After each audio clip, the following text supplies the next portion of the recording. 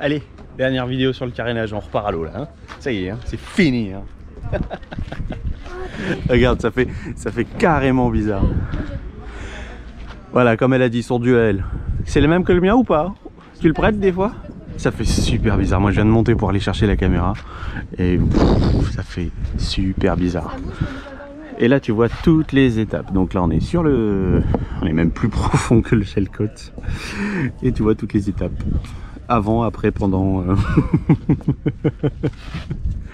Mais bon, c'est parfait. Il m'a mis suffisamment haut pour qu'on puisse passer sous la quille. Hop là. Bon, ça va. Ça va, ça va. Ça devrait se faire assez bien. Bah de toute façon, en même temps, à quel moment est-ce que tu le fais? Tellement rarement qu'au final, tu entasses les épaisseurs et à part un coup... Enfin, je pense, hein. Ah oui, quand même. Bon, bah j'ai bien fait de tout descendre. Hop là, super. Mais bon, ça fait quand même bizarre. Les 4 patins, le bas de la quille. Ah, parfait. Parfait, parfait, parfait, parfait. C'est chaud. Allez, hop. On va tergiverser pendant une plombe. Je vais t'installer quelque part. Hein, on va tout brancher, on va attaquer le taf. Allez, go.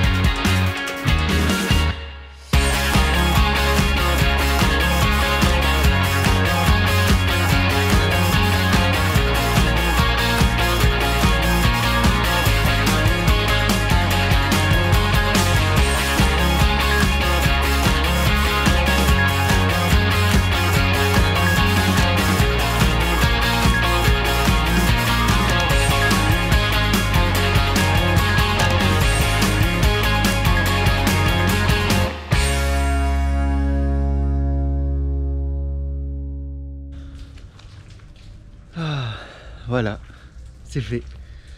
C'est fait, c'est fait. Bon, le time là, ça va pas être trop long parce que j'ai laissé la caméra accrochée sur la roue là. Je vais te montrer.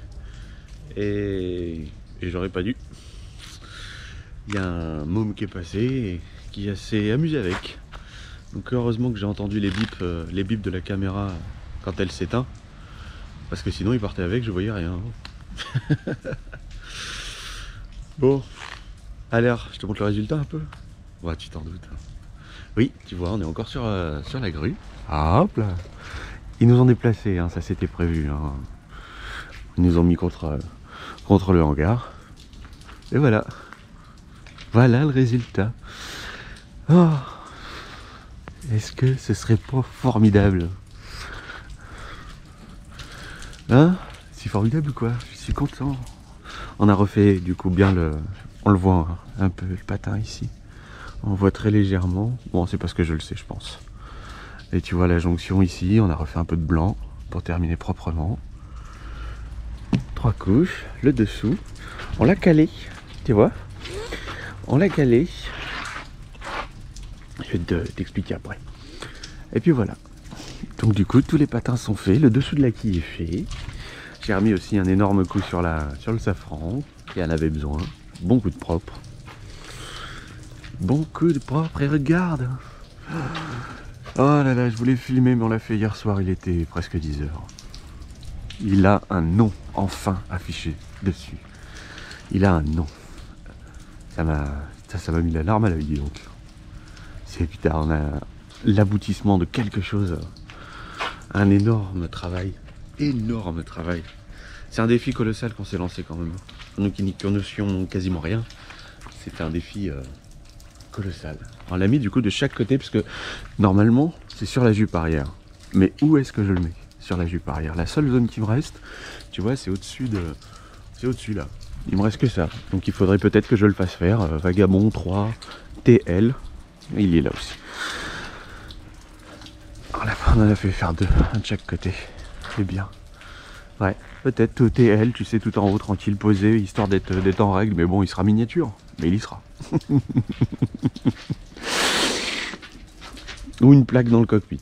Donc je vais voir, je vais peut-être faire une plaque dans le cockpit. C'est à voir, j'en sais rien. Les panneaux solaires sont enfin branchés, sont enfin reliés. J'ai terminé ça aussi hier.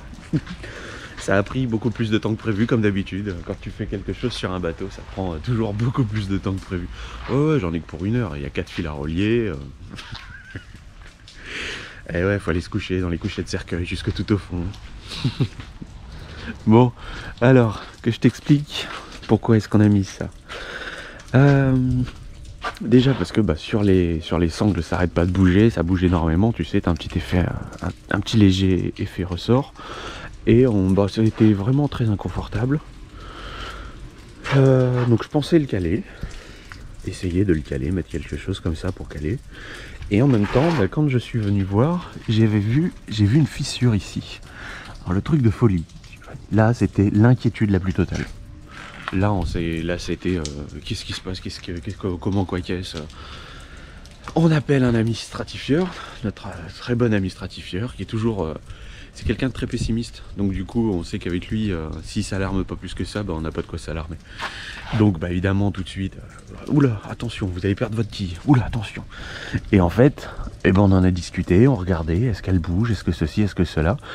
Il m'a dit de mettre, en premier lieu, dans tous les cas, tu mets du Sika, tu combles un maximum et tu vois si le Sika spécial marin, là, le 291i, je crois que c'est celui que j'ai mis.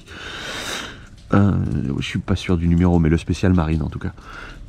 Et tu combles et tu vois déjà si ça rentre facilement ou pas avec le doigt. Donc c'est absolument pas rentré, c'était vraiment en surface.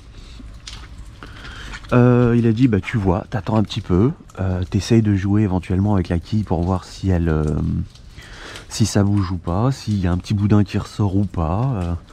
Il a dit d'essayer, tu sais, avec justement des billes de bois et des coins. Tu sais, des coins que tu tapes pour essayer de relever la quille. Pas lourd, on a 1 tonne quoi, mais quand même. Et ça a absolument pas bougé. Donc en fait c'est quelque chose de très normal. Je sais pas si on peut appeler ça normal. Mais en fait c'est la stratification. Quand tu es posé sur berre, le bateau, tu as vu, il est posé avec les berres qui sont comme ça, vraiment à plat comme ça. Donc du coup, ça a tendance à écraser un peu le bateau. Et quand tu le remets sur sangle, il reprend sa forme. Donc ça arrive ici, et des renforts que j'avais fait à l'intérieur aussi dans le coffre. À l'intérieur ici aussi, ils ont lâché. J'avais coulé un petit peu de primaire à l'intérieur pour faire quelque chose de propre à l'intérieur du coffre. Et ça a complètement craqué, tout simplement parce que le bateau a repris sa forme. Donc il a repris sa forme parce qu'il est sur sangle. Donc c'est complètement... c'est normal. C'est juste que il est plus tout jeune et que l'épaisseur de stratification est pas mal abîmée. C'est l'intérieur du bateau, c'est comme ça. Donc il n'y a pas plus d'inquiétude que ça. On risque pas de perdre la quille, on n'a pas de fissure à l'intérieur, on n'a pas de... Voilà. Donc c'est réparé, il n'y a rien de spécial à faire. Ce qui sera intéressant de faire, c'est nous quand on va changer de bateau, et même c'est un conseil que je vous donne à tous, quand vous n'utilisez pas votre bateau, mettez-le à terre si c'est possible. Sur des bateaux de cette taille là, tu vois, Est-ce que c'est vraiment utile de le laisser passer 6 mois dans la flotte? Bah non, en fait, carrément pas. Tu le mets à terre, éventuellement avec un déshumidificateur, ça dépend, lui ce serait à faire en fait. Tu le mets à terre, tu ouvres tous les coffres à l'intérieur, et voilà. Donc nous ce sera ce qu'on va faire, ça va dépendre comment se passent les choses, mais bon, selon comment ça se passe, voilà, on fera ça, on le mettra à terre, avec un déshumidificateur et tous les coffres ouverts. Des déshumidificateurs à l'intérieur pour vraiment aspirer toute cette... tu sais, cette humidité qu'il pourrait y avoir à l'intérieur de entre les deux couches de stratification. Voilà. Et là, bah, tu vois notre superbe annexe que je peux pas remonter pour le moment. Et ça, c'est lui qui nous a servi pour les pieds.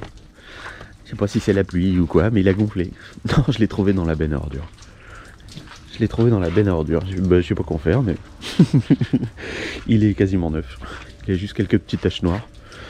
Il est énorme pour notre bateau, je sais pas ce qu'on va en faire. Et peut-être le revendre, j'en sais rien. En tout cas, j'ai mon ancienne échelle de bain. Les deux marches qui étaient avant. Là, je vais la mettre en vente incessamment sous peu. Ou peut-être je vais la mettre sur l'annexe, je sais pas. Notre superbe annexe qui fait 3,30 m, qu'il va falloir gonfler tout à l'heure. Bon. Allez.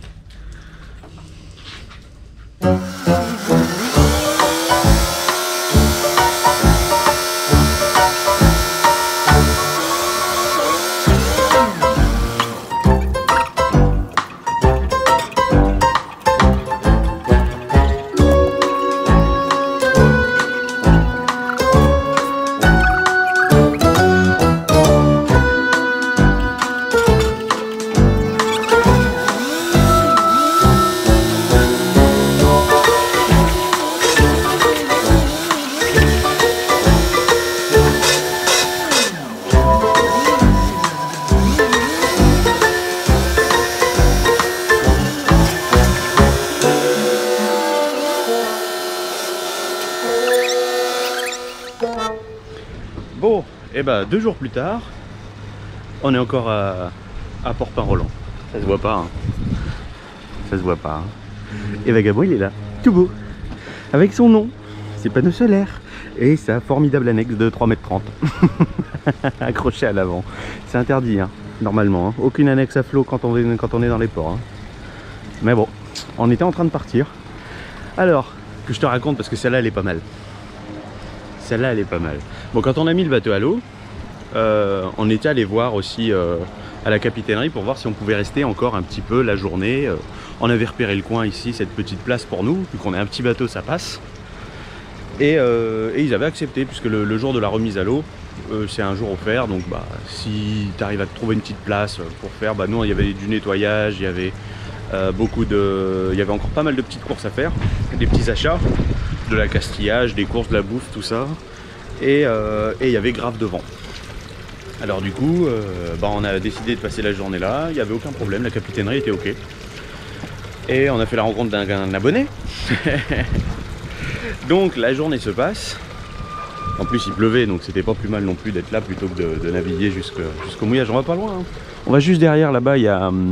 donc dans la rade de Toulon, on a des rendez-vous encore toute la semaine, du coup on doit rester dans le secteur, ce serait pas plus mal. Et en mettant le bateau à l'eau, bah, j'ai le moteur qui a calé en marche arrière alors qu'on partait. En revenant, hop, le moteur cale, bon c'est pas grave, un coup de manette il repart. Hop, je fais ma petite manœuvre, ma chérie m'attendait ici, elle a récupéré les amarres, aucun problème, tout ça. On passe toute la journée. On se fait l'apéro avec l'abonné justement qui a son bateau un peu plus loin, Jean-David, je te mets dans le i. Dans le petit i en haut à droite, je te mets sa chaîne, c'est un chanteur, crooner. Très sympa. On a pris un petit apéro avec lui le soir et à 20 h à peu près, je dis bon bah nous, faudrait qu'on y aille, le vent va se calmer, c'est le meilleur moment pour y aller. Et bah, j'abrège un peu l'apéro, donc c'est un peu triste d'abréger un apéro quand même. Et on vient, on prépare tout très vite fait, et de toute façon il était quasiment prêt. Je mets le moteur à l'eau, je démarre, on largue les amarres. On commence du coup à avancer, je mets la manette des gaz en marche avant, et là, plus de moteur.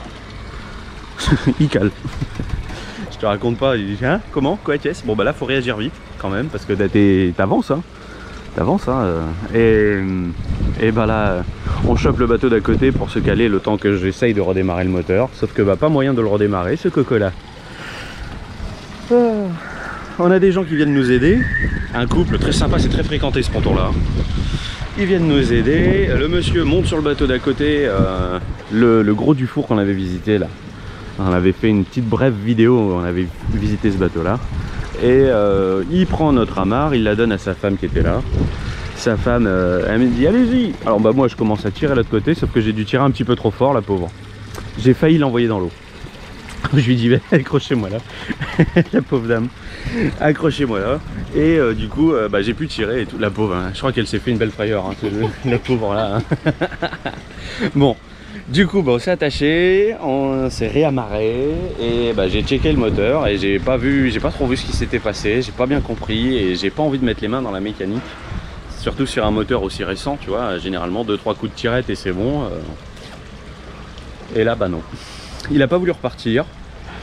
Et pour la simple et bonne raison que je l'avais complètement noyé. Voilà, bravo. Parce qu'avant de le démarrer, avant de partir, j'avais oublié de mettre le coupe-circuit. Tu vois, il est attaché sur la manette. Et bon, bah, il avait quand même démarré. Donc bon, bah, je m'étais pas inquiété. J'ai même pas attendu qu'il chauffe. Moi, j'ai démarré, on largue tout, je mets la manette, ça cale. Bon, bah voilà. Je l'avais complètement noyé. Donc on passe la nuit. Et bon, bah on s'est dit, putain, fait chier, va falloir payer encore le port une nuit, 2 nuits, j'en sais rien. Qu'est-ce qu'il a le moteur? Ça me saoule. J'aime tellement pas la mécanique, je m'énerve pas du tout, tu vois. Vraiment pas du tout, hein. Voilà, c'est pas mon genre. Et on passe la nuit, le lendemain matin, je démonte les bougies, tout ça. Et je vois, non, je l'avais vraiment noyé, ouais. Je l'avais vraiment noyé. Ouais. J'ai 2 bougies dedans. Bon, bah ça a été l'occasion de les nettoyer. Du coup, elles étaient un petit peu crados. Je les ai nettoyées. Il a fallu attendre que ça s'évapore. Et puis bon, en même temps c'était pas plus mal, on avait des rendez-vous du coup hier dans la journée. Alors bon, c'était pas plus mal, à quai c'est quand même beaucoup plus pratique. Il y a les bus qui sont pas loin, donc c'était quand même beaucoup plus pratique. Du coup on en a profité pour faire un gros avitaillement. On va vivre au mouillage, hein. Et on va vivre au mouillage, hein. Mais bon, on en a profité aussi pour faire un énorme coup de propre parce qu'il était pourri de tout le carénage à cause du vent. Donc c'était pas plus mal. Gros coup de propre. Je suis passé quand même à la capitainerie pour les prévenir, quand même, c'était la moindre des choses, et, le matin, et la dame à l'accueil, elle me fait « Bah, vous n'êtes pas parti !» Non, problème moteur, j'arrive pas à démarrer mon moteur, j'arrive pas. Et elle croyait que c'était à cause du gros coup de vent, c'est vrai qu'on avait encore 40 nœuds en rafale, un petit peu plus, ça descendait, le moins de la journée c'était des rafales à 37 nœuds, donc elle pensait que c'était à cause du vent, et bah, quelque part c'était pas plus mal, hein. Elle a accepté qu'on reste là deux nuits, c'est ce qu'on a fait. Et du coup bah, elles nous sont un petit peu offertes, hein, même carrément offertes, puisque j'ai demandé si on devait quelque chose, elle m'a dit non, ça va. Adorable, vraiment adorable. On a fait des très belles rencontres ici. Ils n'ont pas besoin de coup de pub, hein. D'ailleurs le port à sec est blindé, hein, mais en tout cas on regrette vraiment pas notre séjour ici. On a fait de très belles rencontres. Raymond, l'abonné là-bas, son voisin, les gens, enfin on a fait vraiment des très belles. J'ai le nez qui me titille. J'ai dû. Et bah là, je sors de la douche. Bah ouais, évidemment, c'est le moment de repartir. T'as sniffé la compote? J'ai sniffé la compote. Faut pas sniffer la compote, ça fait tousser. Pour ceux qui ont la référence. Voilà. Et voilà. Du coup, bah là, je sors de la douche. On a fait un bon coup de propre sur nous aussi. Tout beau, tout propre. Prêt pour aller passer la vie au mouillage. Donc la prochaine vidéo, bah, vous vous en doutez tous. Ce sera comment est-ce qu'on a fait les choix qu'on a fait pour vivre au mouillage, comment on a préparé le bateau. Bon, allez. On va se mettre au mouillage et je te reprends, on va faire un petit bilan un peu sur ce carénage. Ce que ça a donné, ce que ça n'a pas donné, à faire, à pas refaire. Je te montre tout juste après. On y va? On largue ce coup-ci pour de bon? Ah bah j'espère oui. Allez, c'est parti. Et bah voilà. On y est, en un seul mot. On y est. On y est. Trop cool, ça fait vraiment plaisir. Avec la corniche juste là. Bon, le bateau au bordel, cool. L'annexe derrière. On va lui trouver un petit nom, un petit nom sympathique. Je sais pas comment. Bon, Nem, vu que c'est une Nemax. On nous a passé une bouée. C'est des copains qui ont fait le carénage juste à côté de nous. Enfin des copains, c'est devenu du coup des copains. Ils ont fait le carénage à côté de nous et donc du coup bah ils nous ont dit bah tant que nous on n'a pas fini, si tu veux tu peux aller occuper notre bouée. Comme ça au moins on sait qui y est et c'est pas n'importe qui va venir y piquer la bouée. Là il y a encore une épave là-bas. Non non, il n'y a pas beaucoup de vent ici. Bon. C'est pas grave. Enfin c'est pas grave, si un peu quand même. Ça pique un peu au moral. On n'a pas fait une grosse navigation. Hein. Port-Pain-Roland, c'est là-bas. Voilà. Donc il y avait juste à venir jusque là, tranquillement. Je sais même pas combien de temps ça nous a pris. Mais bon, allez. Étant donné que c'est la fin de cette grande étape, ce grand moment de carénage de folie, parce qu'on a quand même fait un travail... on a quand même fait un travail énorme, hein. Un carénage classique c'est pas un tel travail. Bon, alors j'ai déjà noté quasiment tout, je suis sûr que j'ai dû oublier quelque chose, mais bon, dans les grandes lignes au moins tu auras tout ce qu'on a fait. Allez, hop. Ah oui c'est une Nemax, on va l'appeler Nem. Nem. On va y faire un super sticker pour lui mettre juste devant là. Villécume. Puis ça évite aussi de... Oh il y a déjà la poubelle dedans, des cartons, faut que je... J'ai déjà fait un bon coup de propre à l'intérieur du bateau, mais là faut recommencer, tu sais on s'organise. On s'organise à force. Regarde, bienvenue au bureau. Et moi aussi je peux le dire. Ah, et le chapeau. Et oui, le chapeau il est arrivé déjà tordu. Tant pis, je vais le garder quand même. Voilà. Hop. Ça va, j'ai fait plaisancier comme ça? Ou plaisantin? Alors, on va mettre les lunettes. Hop là. Voilà. Moi je suis encore à l'ancienne, hein. J'aime bien le format papier pour tout ce que je fais. Quand je fais des comptes comme ça, j'aime bien le format papier. Sur ordinateur c'est quand même beaucoup plus précis, mais bon. Ah, j'ai tout séparé, tout ce qu'on a consommé. Bon ben au total, hein, je te le dis tout de suite, au total, on est à 1099,91 €. Ce carénage nous aura coûté ça. Le carénage, donc le port, plus tous les produits, les accessoires et le consommable. Il y a des choses qui vont nous resservir. Tout ce que j'ai mis dans l'accessoire, c'est des choses qui vont nous resservir. Tu vois, on n'avait pas. Hop là, attends, t'es pas l'ombre quand même. Hop. Tu vois, il y a... Je sais pas si tu arrives à lire. Enfin bref, il y a le grattoir, on n'avait pas échelle et tuyau d'eau de 25 mètres. Justement, au port, on venait de faire exploser notre tuyau. On l'avait complètement oublié de le débrancher. Donc, il faut bien débrancher ces tuyaux d'eau quand on part en journée. On est revenu, il avait pété à un endroit. Les tuyaux élastiques, c'est pas très solide. Donc bon, c'est des choses ça qu'on va garder. Les protections, les lunettes on va les garder encore un petit peu, même si bon elles sont déjà pleines de petites éclaboussures. Les gants ils sont morts, on a utilisé 100 gants, 2 et en plus t'as 2 mains, jusqu'à preuve du contraire. Ça va super vite. Les produits classiques, donc moi j'ai mis le primaire époxy, j'ai consommé 7,5 litres. J'avais pris 4 pots et du coup j'en ai consommé que 3. Enfin j'ai à peine entamé le 4e. Mais c'était pour autre chose. Bon, donc du coup 7,5 litres.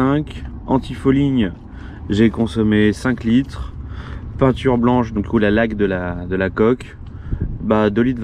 J'avais pris des petits pots, il n'y avait que ça, ils étaient en promo les petits pots. Pas les petits pots bébés, les petits pots de laque étaient moins chers, eux ils étaient en promotion alors que le format 2,5 litres était pas du tout en promo. Alors du coup ça revenait moins cher de prendre comme ça.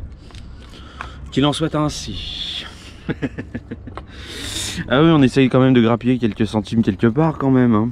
Et le nom du bateau, comme on a refait toute la coque, la partie blanche, on a mis du primaire, c'est pour ça qu'on a consommé autant en primaire. On avait mis une couche de primaire et après la laque. Et du coup automatiquement, tu vois, c'est pour ça que je te dis, c'est vraiment un gros carénage. Tu fais quoi ça? Tu le changes quand est-ce que tu remets un coup de peinture en haut, à part si tu as eu un accident dans un port? Ah, bref, continuons les consommables. Est-ce que je te les cite ou pas? Bah, les disques de nettoyage du coup pour mettre sur la disqueuse que j'ai acheté, mais du coup je l'ai pas compté. La disqueuse, ça, je pense que c'était pas quelque chose à compter quand même dedans. On a les disques de nettoyage, j'en ai consommé au final 4, oui 4, puisqu'on m'en avait donné 2 et j'en ai racheté,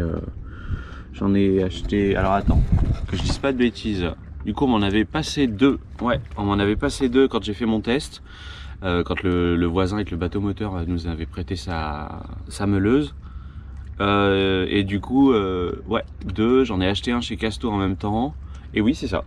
C'est ça, j'en ai acheté un à Casto en même temps que j'ai acheté la meuleuse et j'en avais repris 2 sur Amazon. Je t'avais même mis le lien dans la description. Et du coup, il m'en reste encore un qui est tout neuf et celui qui m'a servi à faire l'IT qui est pas mal abîmé, mais je l'ai gardé parce qu'il a encore quelques jours à faire, des fois que ça puisse servir à autre chose. Ensuite, les bandes abrasives, j'avais pris du 120. Mais du coup ça il faut complètement oublier hein. Le poncer avec une ponceuse à bande, c'est fortement déconseillé. Ensuite on a consommé 35, ouais quand même hein, 35 abrasifs 80, ça va super vite. On avait déjà bien consommé avant d'avoir le grattoir. Et après tu consommes vite hein, quand même hein, pour ci, pour ça, tu veux remettre un coup entre 2 couches, enfin tu consommes, ouais on a consommé 35, tout le stock y est passé. Scotch de masquage, du coup la bande rouge, tu sais le scotch rouge qui te vendent à chaque fois que tu veux faire ton carénage, bah, c'est du scotch PVC, bah, très utile. On a utilisé juste un seul rouleau, on a quasiment fini quand même, pourtant c'est un rouleau qui faisait 19 mm par enfin du coup tu as presque 2 cm par 66 mètres de long. Et ben on l'a quand même presque fini, alors que Vagabond il fait 7 mètres de long. Mais du coup un côté, l'autre côté, on a fait le blanc, après on a fait l'anti-fouling, après on a fait les patins. Ah c'est du taf hein. Ensuite, acétone, on a consommé 2 litres. Ah j'ai pas fait rouleau pâte de lapin, mais on en a consommé 10. Vu qu'on est 2 et qu'on a travaillé ensemble, bah tu vois, on en a consommé un petit peu plus que si tu bosses tout seul. Acétone, 2 litres, l'acétone écolo, qui est franchement, alors ça c'est un produit, je le conseille mais grave, mais alors faites attention, il ne s'évapore pas aussi facilement que l'acétone traditionnel. Il s'étonne pas du tout, il s'étonne. Ah bah ouais, mais moi je m'étonne tout seul hein. Il s'évapore pas du tout de la même manière et il s'évapore même pas complètement, il en reste toujours un petit peu. Donc après il faut toujours essuyer avec un chiffon sec. Et il est hyper efficace, mais vraiment hyper efficace. Nous on utilisait beaucoup des microfibres, tiens je les ai pas compté les microfibres, on en a bouffé 5 qui sont mortes. Mais du coup tu mets ton acétone sur la microfibre et même tu reviens 2-3 heures après pour t'essuyer les mains parce que tu as fait quelque chose, tu peux encore t'essuyer bien les mains. Les microfibres avec l'acétone, en tout cas celui-là d'acétone, ça a été plutôt une bonne chose. On le trouve que chez Carrefour pour le moment, enfin moi j'en ai trouvé que chez Carrefour. Pâte de lapin acétone, gel cote de finition, 500 grammes, le pot il est quasiment passé à cause de la jupe. Mastic sous flottaison, le pot de 250 il m'en reste un petit peu, mais j'ai voulu faire des petites réparations par-ci par-là quand même, tu sais, des petits éclats, des trucs, enfin histoire d'avoir une très très belle carène quand même. Mastic armé, les 700 grammes, bah, ils y sont passés pour la jupe, puisque j'ai même consommé ce qui m'avait donné un petit peu aussi Raymond m'en avait passé un petit peu. Résine préaccélérée, il m'en restait, et c'est un pot d'1 kg. J'ai absolument pas passé le pot d'1 kg, mais il sert pour un autre projet. Mais du coup j'avais acheté un pot de 1 kg. Mat vert, ça a été offert par Raymond. Les petites chutes, tu sais, pour la jupe. Sikaflex 291i, un seul tube, il est pas vide encore d'ailleurs, il est pas complètement vide, tu sais, c'est pour tous les petits accessoires de la jupe d'ailleurs. Et la réparation au niveau de la quille quoi. Bac à peinture, le bac classique plus les bacs de recharge en plastique. Voilà, donc tout ça, j'avais fait mon petit, tu vois, mon petit truc pour mettre à côté avec les prix de ce que j'avais payé. Donc tiens, les produits, on va le faire quand même. Bon, je vais pas te citer tous les prix, Mais tu vois juste les produits, donc anti-fouling peinture primaire et le nom du bateau, il y en a vu pour 407 €. Donc les produits, tu vois, c'est bien, mais faut pas oublier qu'il faut tout le reste. Ensuite, le consommable, tout ce que moi j'ai appelé le consommable, c'est-à-dire qu'une fois que tu l'as utilisé, c'est fini quoi. Je veux dire, tu peux pas le réutiliser plus tard ou tu vois, comme les rouleaux, une fois qu'ils sont utilisés, la plupart du temps, bah, c'est fini, c'est terminé. Ou alors il faut les laver, les réutiliser après, mais ceux-là ils perdent vraiment trop leur poil, ce qu'on a pris. Du coup, on en est quand même à 156,27 € de tout ce qui est consommable, donc Sikaflex, tout ce que généralement tu ne peux pas récupérer, comme les bacs à peinture. Et comme en plus il en manquait, le bac d'origine, moi je l'ai même complètement cramé. Complètement. Et les accessoires, bah oui c'est vrai, hein. L'échelle, le tuyau, le grattoir, c'est des trucs qu'on n'avait pas, mais que du coup, bah ça c'est sûr que c'est réutilisable. Il y en a pour... Ah, le suspense, j'arrive pas à ouvrir. 172,37 €. Ah oui, avec les protections, hein. Sinon juste le grattoir, l'échelle, le tuyau. En plus on avait eu il y a eu une erreur d'affichage pour l'échelle, du coup on l'a payé moins cher. 74 € on l'avait payé au lieu de 90, donc voilà, 172 € pour tout ça. Le port Pint-Roland, on était à 363,53 € pour une raison que j'ignore. On n'a absolument pas mendié. C'est parce que j'ai horreur de ça déjà. On n'a absolument pas mendié et ben je sais pas, elle nous a eu à la bonne, ou peut-être le fait d'avoir un petit bateau, ou peut-être la masse de travail qu'on a fait. On sait que ça tchatche, hein, ça tchatche pas mal hein, sur le personnel entre eux. Alors je sais pas pourquoi elle nous a fait une fleur de 70 €. Donc c'est cool, on prend. On prend. Donc voilà. Au total, question matérielle, on en a eu pour 736,38 € plus le port, voilà, ce qui nous fait arriver à 1099,91 €. Les totos sont finis, ça fait 12 minutes juste pour t'afficher tout ça. Mais je pense que c'est important de le faire. Si tu es encore là à ce moment-là de la vidéo, c'est que c'était un point qui t'intéressait. Le vent se lève. Allez, je vais vous laisser sur tous ces chiffres, toute cette folie. En tout cas, c'est fait. C'est un travail colossal qu'on a fait, que peu de monde font, vraiment très peu de personnes font. Alors, du coup, tu en tiens rigueur ou pas, tu le vois. Ça fait bizarre ça. C'est dommage. Ah. Non mais moi je m'amuse tout seul, hein. On dit elle est pas là, je l'ai déposé. Je l'ai déposé, on a installé le moteur électrique que je vais retirer d'ailleurs. Parce que ça a très mauvaise presse ici. On est juste à côté du Fort Balaillé. On a les bateaux-bus qui apparemment ont reçu l'ordre de nous passer vraiment très proche pour nous faire dégager au plus vite. Pour vraiment pas qu'on s'installe, parce qu'ils veulent récupérer tout le littoral à eux, justement pour déposer des bouées à eux. Et du coup faire payer une sorte de port à flot, un port sur bouée. Bah voilà, il y a de la magouille dans l'air. Voilà, c'est la Côte d'Azur. T'as déjà vu la Côte d'Azur sans magouille? C'est que tu connais pas la Côte d'Azur. Allez, je vous fais à tous des super gros bisous. Prenez bien soin de vous et on se retrouve à la semaine prochaine pour parler du mouillage. Allez, ciao, portez-vous bien.